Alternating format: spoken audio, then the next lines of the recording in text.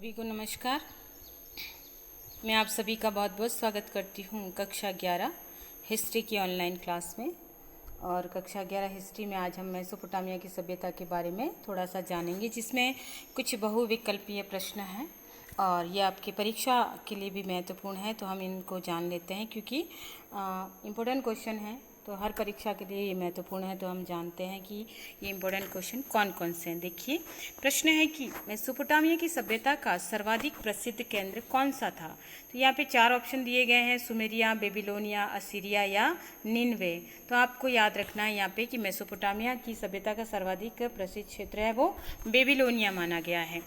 Mesopotamia में Sumerian साम्राज्य का संस्थापक कौन माना जाता है या कौन था। तो यहाँ पे नाम दिए जा रहे हैं, सारगन प्रथम, सारगन द्वितीय, हम्बुरावी या असुर बनीपाल। तो यहाँ पर आपको याद रखना है सारगन प्रथम है वो संस्थापक माना जाता है। फिर तीसरा प्रश्न है आपका कि विश्व की पहली विधि संहिता का निर्माण किसने करवाया था। ऑप्शन दिए जा रहे हैं, हम्बुरावी, ये हम्बुरावी है, यहाँ हेम्बू भी किया गया तो आप कर सकते हैं सही। हम्बुरावी, सारगन द्वितीय, सेनाक्रीब या जस्टिनियन।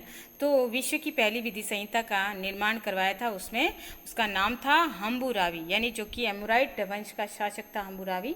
और इसने जो है तख्तियों के ऊपर जो है विधि संहिता का निर्माण है वो करवाया था। कुमार के चाक का सर्वप्रथम प्रयोग कहाँ हुआ था। तो कुमार के चाक का सर्वप्रथम प्रयोग है वो जो है, ऑप्शन दिए जा रहे हैं, सुमेरिया में, बेबीलोन में, मिस्र में, चीन में। तो याद रखना है कि सुमेरिया के अंदर इसका प्रयोग है वो हुआ था। फिर संसार में चांदी के सिक्के चलाने वाला पहला राजा कौन था। तो यहाँ पर भी ऑप्शन है, हम्बुरावी, सेनाक्रीब, डेरियस, असुरबनीपाल। तो यहाँ पे याद रखना है सेनाक्रीब, जो कि संसार में जो है चांदी के सिक्के चलाने वाला पहला शासक है वो सेनाक्रीब था। फिर नेक्स्ट प्रश्न कि कांस्य युग में सर्वप्रथम किस धातु का प्रयोग औजार बनाने में किया गया था। तो यहाँ पर आपको याद रखना है, कांस्य युग में जिस धातु का सर्वप्रथम प्रयोग औजार बनाने में किया गया था वो, इसमें ऑप्शन दिए जा रहे हैं, तांबा, सोना, लोहा और पीतल। तो आपको याद रखना है वो धातु थी तांबा, कि तांबे का उपयोग किया गया था। फिर जिगुरात का संबंध किससे है। जिगुरात हड़प्पा, मिस्र, मेसोपोटामिया या चीन। तो जिगुरात का संबंध है वो मेसोपोटामिया की सभ्यता से लिया गया है। फिर प्रश्न है कि मेसोपोटामिया सभ्यता का जन्म कब हुआ था। तो मेसोपोटामिया सभ्यता का जन्म हुआ था नील नदी की घाटी या सिंधु नदी की घाटी या यांग टी सिक्यांग की घाटी, नदी की घाटी, या फिर दजला फरात नदी की घाटी। तो यहाँ पे याद रखना है दजला और फरात नदी की घाटी के अंदर मेसोपोटामिया सभ्यता का जन्म है हुआ, या कह सकते हैं कि मेसोपोटामियाई सभ्यता जन्मी या उदित हुई। फिर कुछ अति लघुतरात्मक प्रश्न हैं बहुविकल्पात्मक के अलावा, वो भी हम देख लेते हैं। ये भी आपके लिए बहुत ही इंपॉर्टेंट है कि मेसोपोटामिया की सभ्यता के 2 प्रमुख केंद्रों के नाम बताइए। तो मेसोपोटामिया की सभ्यता के 2 प्रमुख केंद्र जो थे, एक तो सुमेरिया था और दूसरा बेबीलोन था। फिर कुम्हार के चाक का प्रयोग सर्वप्रथम कहाँ हुआ था। तो मेसोपोटामिया सभ्यता के अंदर हुआ था। तो बहुविकल्पात्मक प्रश्न में भी ये उत्तर है वो आ चुका है। फिर है हम्बुरावी की विधि संहिता की एक विशेषता बतानी। देखिए, हम्बुरावी जो कि वहाँ का शासक था मेसोपोटामिया का, और उसने जो विधि संहिता, बेबीलोन का शासक था, और यानी मेसोपोटामिया सभ्यता से रिलेटेड है बेबीलोन। तो ऐसे में हम्बुरावी ने जो विधि संहिता जो बनाई थी, उसकी विशेषता है कि इसमें अधिकारों के साथ साथ मनुष्य के उत्तरदायित्व संबंधित कानूनों का भी उल्लेख किया गया है, यानी कि सिर्फ अधिकारी नहीं बल्कि कर्तव्य क्या है उनका भी उसके अंदर उल्लेख मिलता है। इसमें 285 धाराएं हैं इसके अंदर सम्मिलित है। फिर अगला प्रश्न है कि मेसोपोटामिया के 2 प्रमुख देवता कौन कौन से हैं, देवताओं के नाम बताइए। तो मेसोपोटामिया की प्रमुख देवता में एक तो है वायु देवता, जिसे एनलील कहा गया है मेसोपोटामिया की भाषा में, और दूसरा है शम्स देवता, जिसे हम सूर्य देवता के नाम से जानते हैं। तो एक तो एनलील याद रखना है, दूसरा शम्स या फिर वायु देवता और सूर्य देवता कह सकते हैं। अब है जिगुरात का अर्थ क्या है। देखिए, जिगुरात मेसोपोटामिया सभ्यता से संबंधित है, लेकिन जिगुरात का अर्थ है क्या है, ये देखिए 1 नंबर का प्रश्न है और ये भी इम्पोर्टेंट है।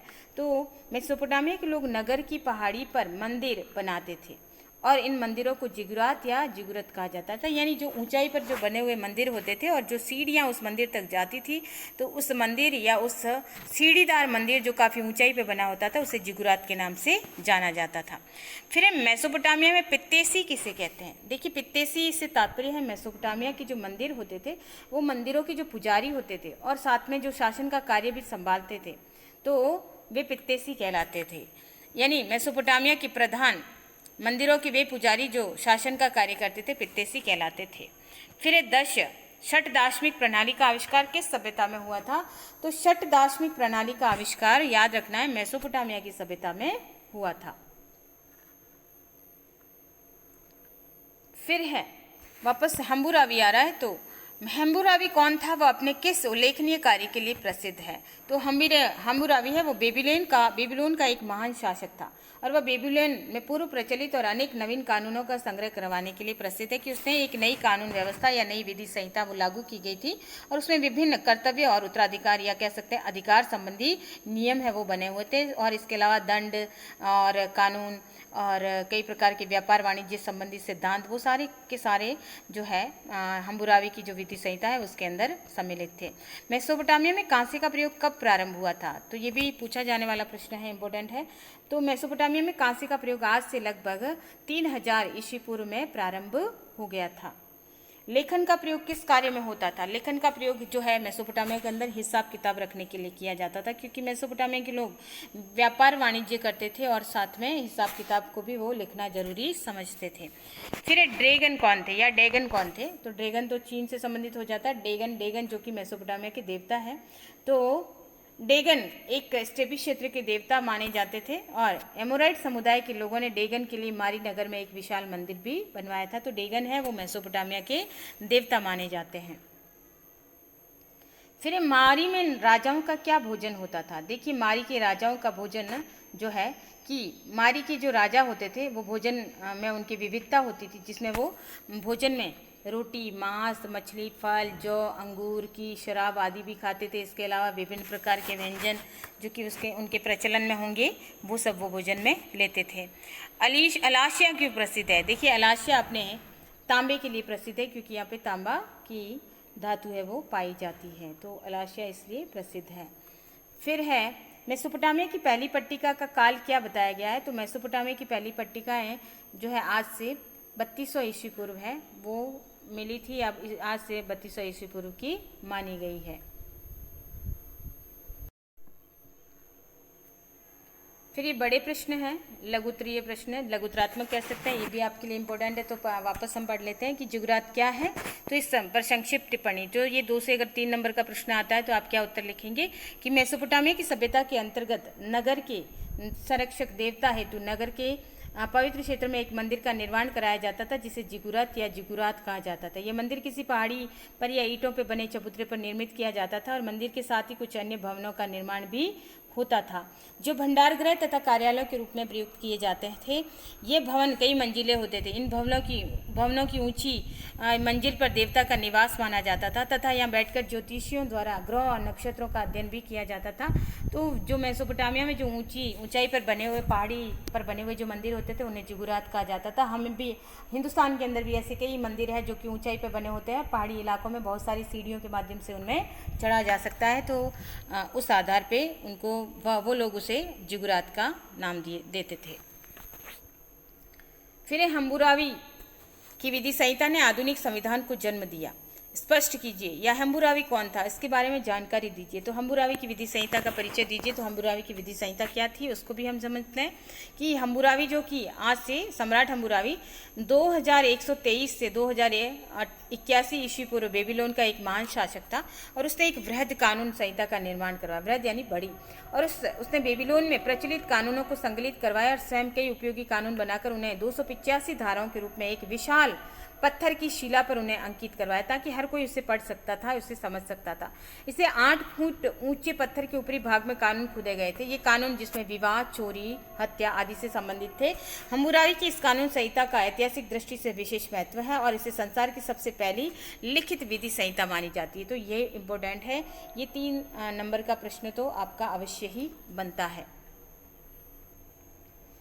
फिर है मेसोपोटामिया के अन्य प्राचीन सभ्यताओं से क्या संबंध था? तो मेसोपोटामिया की सभ्यता विश्व की सबसे प्राचीन सभ्यता थी या नहीं, ये एक विवादाग्रस्त प्रश्न है, क्योंकि बहुत सारी सभ्यताएं हैं जो कि मिस्र की सभ्यता, एज़टेक सभ्यता, माया सभ्यता, इंका सभ्यता, मेसोपोटामिया की सभ्यता, हड़प्पा सभ्यता या सिंधु सभ्यता, रोम की सभ्यता, यूनान की सभ्यता है। तो इतनी सारी सभ्यताएं विश्व के अंदर मौजूद हैं। तो इतिहासकार यहाँ पे जो है एक मत नहीं है या विवादग्रस्त है, क्योंकि उनके अनुसार किस सभ्यता को अत्यंत प्राचीन माना जाए इस आधार पे तो यह एक मत नहीं है। लेकिन अधिकांश विद्वानों का ये मत है कि मेसोपोटामिया की सभ्यता इस विश्व की सबसे प्राचीन सभ्यता मानी जा सकती है, जबकि पेरी जो कि एक विद्वान है, उनका कहना है कि पृथ्वी पर मिस्र में ही सर्वप्रथम सभ्यता का विकास हुआ और वहाँ से संसार के अन्य लोगों ने सभ्यता सीखी। नील नदी की घाटी और दजला फरात की घाटी में बहुत सी मोहरें, मिट्टी के बर्तन, पशुओं की मूर्तियाँ भी मिली हैं और जिनके आधार पर ये कहा जा सकता है कि मेसोपोटामिया या जो है सुमेरिया में चाक पर बर्तन बनाने का काम पहले ही आरंभ हो चुका था। लेकिन चित्रकला और मूर्तिकला के क्षेत्र में मेसोपोटामिया की सभ्यता मिस्र की सभ्यता से काफ़ी पीछे थी। स्थापत्य कला के क्षेत्र में, स्थापत्य कला यानी भवन निर्माण की कला के क्षेत्र में मिस्रवासी मेसोपोटामिया के लोगों से बड़े चढ़े थे और उनका जीवन स्तर भी काफ़ी उच्च कोटि का था। ज्ञान विज्ञान के क्षेत्र में दोनों सभ्यताएं उन्नति के शिखर पर थी। कानून के क्षेत्र में हम्मुराबी की विधि संहिता के समान कोई संहिता भारत या मिस्र में उपलब्ध नहीं है। और मेसोपोटामिया की सभ्यता व्यापार प्रधान थी, यानी व्यापार वाणिज्य को यहाँ महत्व दिया जाता था। मिस्र तथा भारत के साथ इनके घनिष्ठ और व्यापारिक संबंध थे। तो अब यहाँ पर विवादग्रस्त है कि इस मेसोपोटामिया की सभ्यता को प्राचीन माना जाए या नहीं, लेकिन फिर भी इसके उत्तर हमें इस प्रश्न से मिल चुका है। फिर प्रश्न है कि मेसोपोटामिया के लोगों के आर्थिक जीवन का वर्णन कीजिए, यानी वो किस प्रकार की अर्थव्यवस्था थी, किस प्रकार से जीवन यापन करते थे, किस प्रकार से रुपया पैसा कमाते थे। तो कृषि और पशुपालन पहला है इसमें कि मेसोपोटामिया के अधिकांश नागरिक है कृषि कार्य करते थे। कृषि के लिए यहाँ की मिट्टी उपजाऊ थी और खेतों की सिंचाई के लिए नहर और तालाब भी बनाए गए थे और पशुपालन भी होता था। लोग भेड़ बकरियां पालते थे और इनसे दूध और ऊन भी प्राप्त करते थे। दूसरा है उद्योग।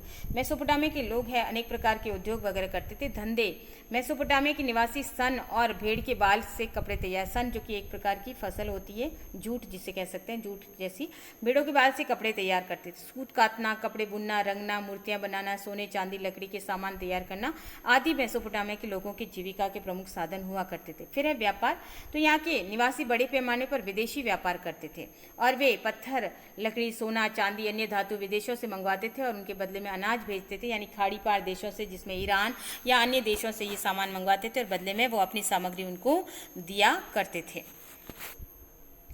फिर प्रश्न है कि सुमेर में व्यापार किस प्रकार से प्रारंभ हुआ। तो सुमेरिया जो कि मेसोपोटामिया का ही इलाका था और इसमें कि किस प्रकार से व्यापार प्रारंभ हुआ। तो व्यापार की पहली घटना को एनमर्कर के साथ जोड़ा जाता है। तो ये एनमर्कर एक राजा था जो उरुक का शासक था। एनमर्कर अपने शहर में एक सुंदर मंदिर को सजाने के लिए लाजवर्द और अन्य बहुमूल्य रत्न और धातुएं मंगवाना चाहता था। इस काम के लिए उसने एक अपना दूत है वो अरट्टा नाम के एक सुदूर क्षेत्र में एक राजा के पास भेजा और वहाँ पे दूत ने काफ़ी परिश्रम किया, कठिन यात्राएं भी की, परंतु वांछित सामग्री लाने में वो असफल रहा। क्यों, इसके पीछे क्या कारण था? तो देखिए, अंत में राजा ने हाथ से मिट्टी की पट्टिका बनाई और अरट्टा के पास भेजी। तो अरट्टा के राजा के पास भेजी, तब जाके सभी वांछित वस्तुएं प्राप्त हुई। यानी कि दूत जो है अपनी भाषा में अपनी बात को समझा न सका और वो दूत की भाषा को वो लोग समझ नहीं पाए और ऐसी स्थिति में दूत को वापस आना पड़ा था। उसे सफलता नहीं मिली थी जो प्रकार का सामान मंगवाया था वो। तो ऐसे में मेसोपोटामिया या सुमेरिया के अंदर जो है पट्टिका मिट्टी की बनाई गई और उस पट्टिका के माध्यम से जो है कुछ ऐसे चिन्ह बनाए गए जिसमें जो चीज़ मंगवाई गई थी या ऐसे प्रतीक चिन्ह या लेखन किया गया, उसके माध्यम से दूत है वो बाद में वो सामान लेकर आ पाया। तो यहाँ पर हम कह सकते हैं कि वहाँ पर व्यापार जो है एनमर्कर के समान समय में प्रारंभ हुआ था।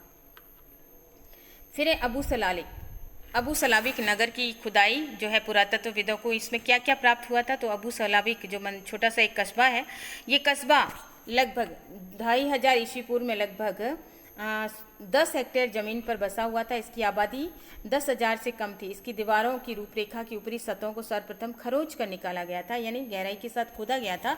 इस प्रक्रिया में टीले की ऊपरी सतह को किसी बेलचे, फावड़े या अन्य जार के धारदार चौड़े सिरे से कुछ मिलीमीटर तक खरोचा गया था। नीचे की मिट्टी तब भी कुछ नम पाई गई थी और पुरातत्वविदों ने भिन्न भिन्न रंगों, उसकी बनावट तथा दीवार की स्थिति तथा गड्ढों और अन्य विशेषताओं का पता है वो लगा लिया था। तो यहाँ बनावट कर सकते हैं आप, तो इन सब का पता है वो लगा लिया था और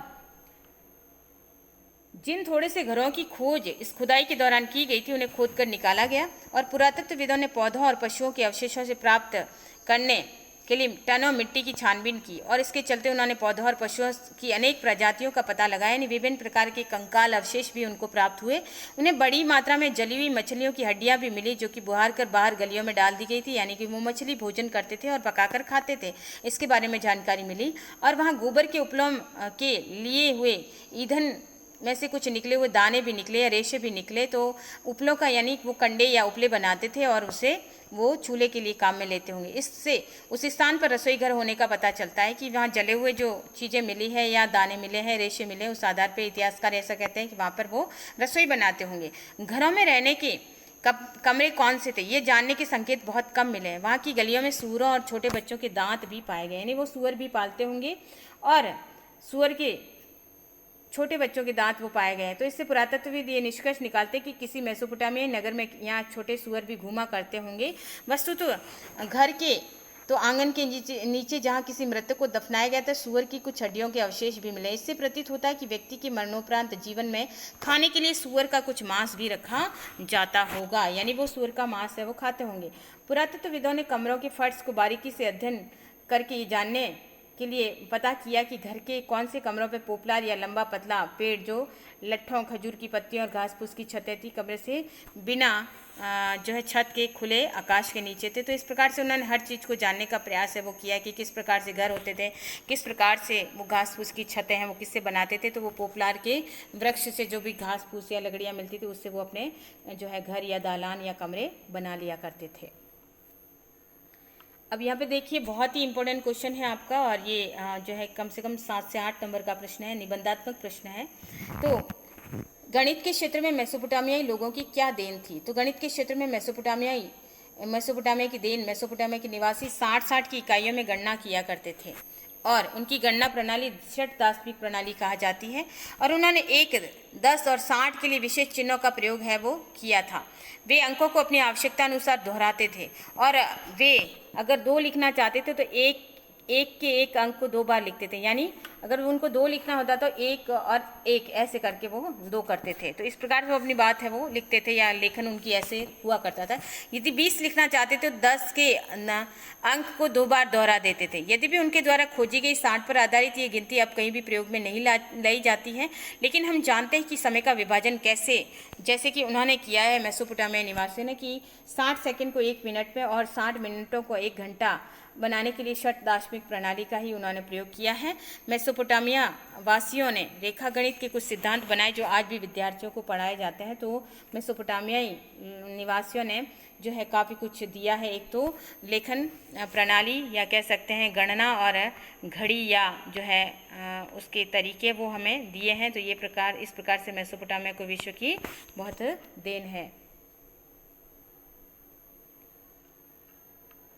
ये भी बहुत ही इम्पोर्टेंट क्वेश्चन है कि किलाक्षर लिपि या किलाकार लिपि क्या है। देखिए मेसोपोटामिया की लिपि है जिसे किलाक्षर भी कहा जाता है, यानी कील के समान जो अक्षर होते हैं किलाक्षर, या फिर किलाकार लिपि क्या है तो कील के आकार की लिपि किलाकार लिपि कहा गई है। इसको तीसरा नाम भी दिया गया जिसका नाम है क्यूनीफॉर्म।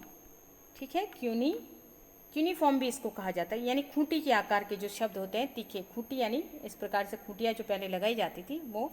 तो अब इसके बारे में भी समझ लेते हैं। मेसोपोटामिया की प्राचीन निवासियों की लिपि को किलाकार लिपि कहा गया। यहाँ पे देखिए शब्द थोड़ा सही नहीं है, लिपि कहा जाता है।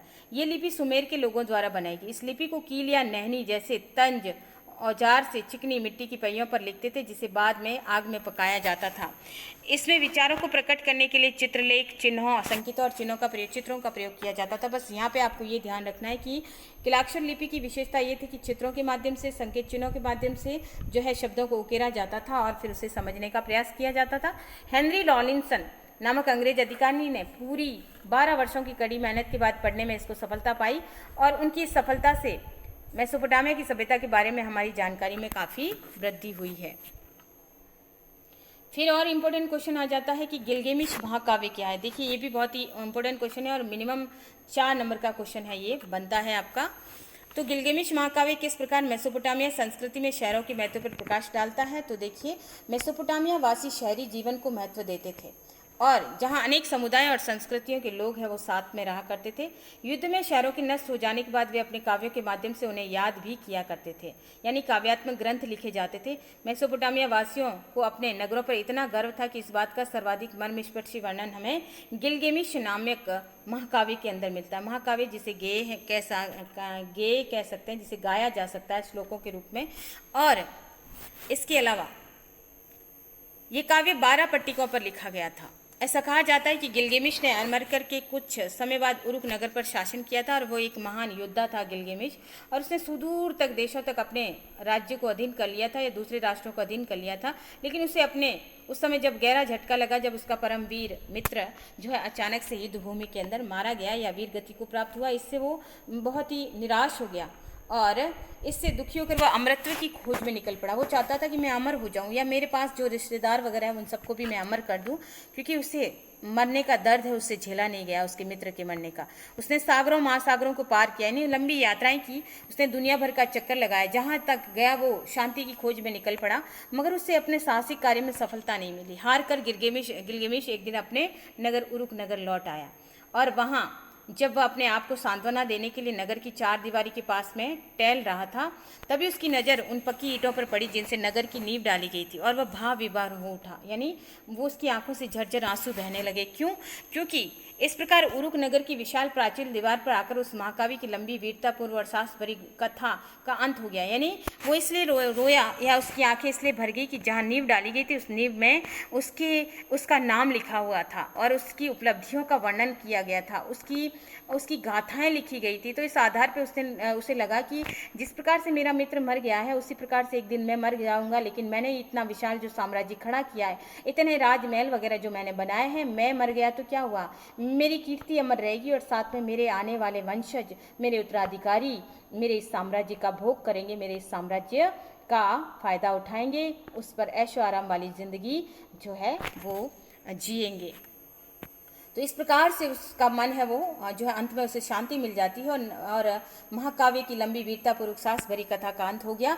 यहाँ गिलगेमिश एक जनजातीय योद्धा की तरह लेखन कला और शहरी जीवन जो कि नहीं कहता उसका अंत निश्चित है, उसके पुत्र तो जीवित रहेंगे। उसने मान लिया कि उसके जीवन का अंत निश्चित है और उसने इसको स्वीकार कर लिया और उसके मन में जो है तसल्ली है कि उसके जो योग्य उत्तराधिकारी है वो उसके जो संपत्ति जो उसने बनाई है, जो राज्य उसने बनाया है, जो भौतिक वस्तुएं, जो उपादान उसने बनाए हैं, जो विलासिता की वस्तुएं जो बनाई है, उसका आनंद उसके परिवारजन लेंगे, उसके उत्तराधिकारी लेंगे, उसके वंशज लेंगे। इस प्रकार उसे अपने नगर में ही सांत्वना मिली जिससे उसकी प्यारी प्रजा ने बनाया था। उसकी प्रजा भी उससे बहुत प्यार करती थी और वो भी अपनी प्रजा से बहुत अधिक प्रेम करता था। तो उसकी प्रजा के मन में अपने राजा के प्रति जो सम्मान उसने देखा था, उसे देखकर वो बड़ा भाव विभोर हो गया था।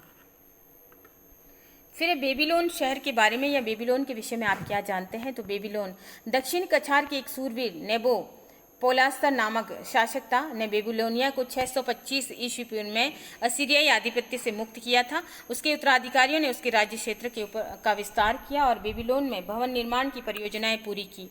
उस समय से लेकर लगभग 539 ईस्वी पूर्व में ईरान के केमेनीड लोगों द्वारा विजित होने के बाद 331 ईस्वी में सिकंदर से पराजित होने पर बेबीलोन दुनिया का एक प्रमुख नगर है वो बना रहा। यानी सिकंदर ने बेबीलोन पर अपना अधिकार कर लिया था और इसका क्षेत्रफल 850 हेक्टेयर से अधिक था। इसकी चार दीवारी तिहरी थी और इसमें बड़े बड़े राजमहल और मंदिर भी मौजूद था। एक जिगुरात यानी सीढ़ीदार मीनार थी और नगर के मुख्य अनुष्ठान केंद्र और तक शोभा यात्रा के लिए एक विस्तृत मार्ग भी बना हुआ था। इसके व्यापारिक घराने दूर दूर तक अपना कारोबार करते थे, यानी बहुत बड़े बड़े व्यापारी वगैरह यहाँ मौजूद थे और इसके गणितज्ञों और खगोल विदों ने अनेक नई खोजें भी की थी। नेबुनिडास एक स्वतंत्र बेबीलोन का अंतिम शासक माना जाता है। तो ये बेबीलोन के बारे में जो है जानकारी हमें मिलती है।